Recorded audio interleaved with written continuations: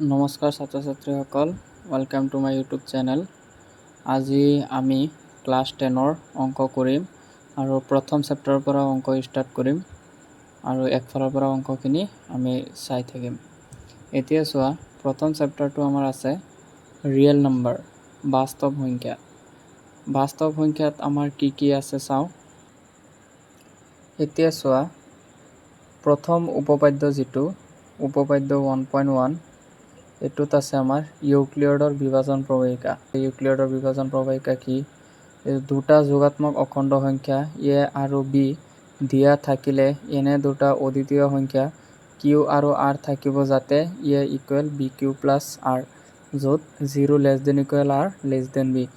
এতিয়া চোৱা, page number 30ত তোমাৰ কেইটামান উদাহৰণ আছে। এই উদাহৰণখিনি পৰীক্ষাত আহি থাকে। উদাহৰণ 2 যিটো, এইটো 2025ত আহিছিলে, গতিকে এইটো তোমালোকে চাবা। উদাহৰণ বুলি এইটো থৈ নিদিবা, কাৰণ এইখিনিও পৰীক্ষাত আহে। এতিয়া চোৱা, আমি অংকলৈ যাওঁ। অনুশীলনী 1.1ৰ 1 নম্বৰ অংকটোত আছে ইউক্লিডৰ কলবিধি ব্যৱহাৰ কৰি গ সা উ উলিওৱা। আমি এটা এটা অংককে স্ক্ৰীণত চাই যাম। অনুশীলনী 1.1ত আছে ইউক্লিডৰ কলবিধি ব্যৱহাৰ কৰি গ সা উ উলিওৱা। প্ৰথমতে আমি ফৰ্মুলাটো চাম। ফৰ্মুলাটো আমাৰ কি আছিলে? A equal B Q plus R, আৰু য'ত 0 less than equal R less than B. আৰটো যিটো, এইটো 0তকৈ ডাঙৰ হ'ব লাগিব, নহ'লে 0ৰ সমান হ'ব লাগিব। আৰু বিটো যিটো, এইটো আৰতকৈ ডাঙৰ থাকিব লাগিব। এইটো কৈছে আমাক ইয়াত। এতিয়া চোৱা, আমি এটা এক্সাম্পল লৈছোঁ 6 আৰু 25। 6 আৰু 25 আমি এক্সাম্পল লৈছোঁ, লৈ পেলাই 6 দি পেলাই 25ত হৰণ কৰিছোঁ।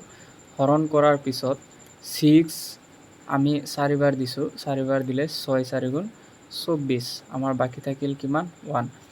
আৰু যিটো নেকি 6 যিটো দি পেলাই হৰণ কৰিছোঁ, এইটো হৈছে বি, এইটো। আৰু যিটোক হৰণ কৰিছোঁ, এইটো হৈছে এ, এইটো।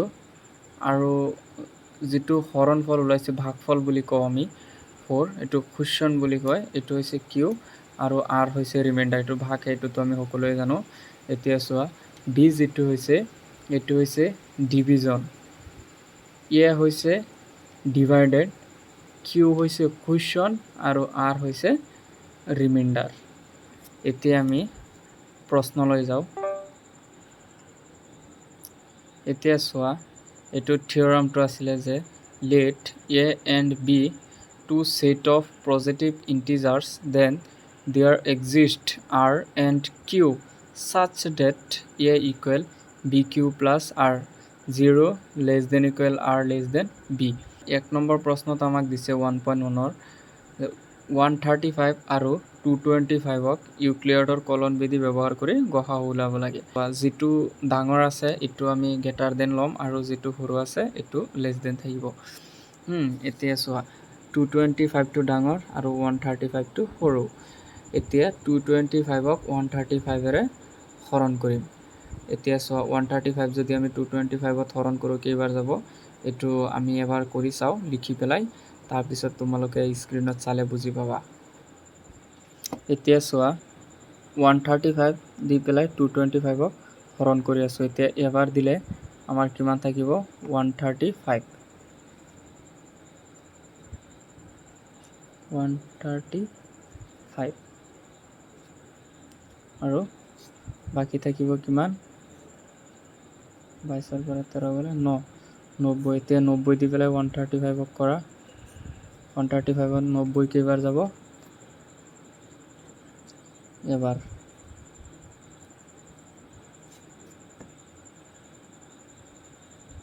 পাঁচ, আৰু 13ৰ পৰা 9 গ'লে 4।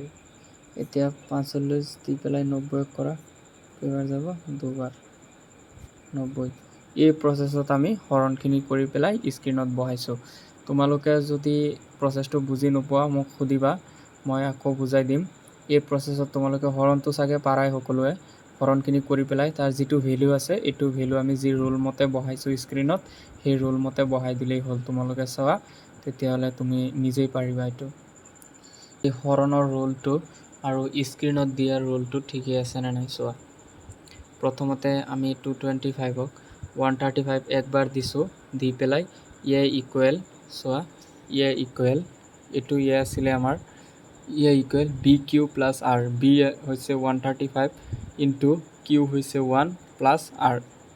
তাৰপিছত আকৌ 135 দি পেলাই 90 দি পেলাই 135ক হৰণ কৰিছোঁ, এবাৰ দিছোঁ, আমাৰ বাকী থাকিল কিমান 45। আকৌ 90 দি পেলাই 90ক 45 দি পেলাই হৰণ কৰিছোঁ, দুইবাৰ দিছোঁ, বাকী থাকিল কিমান 0।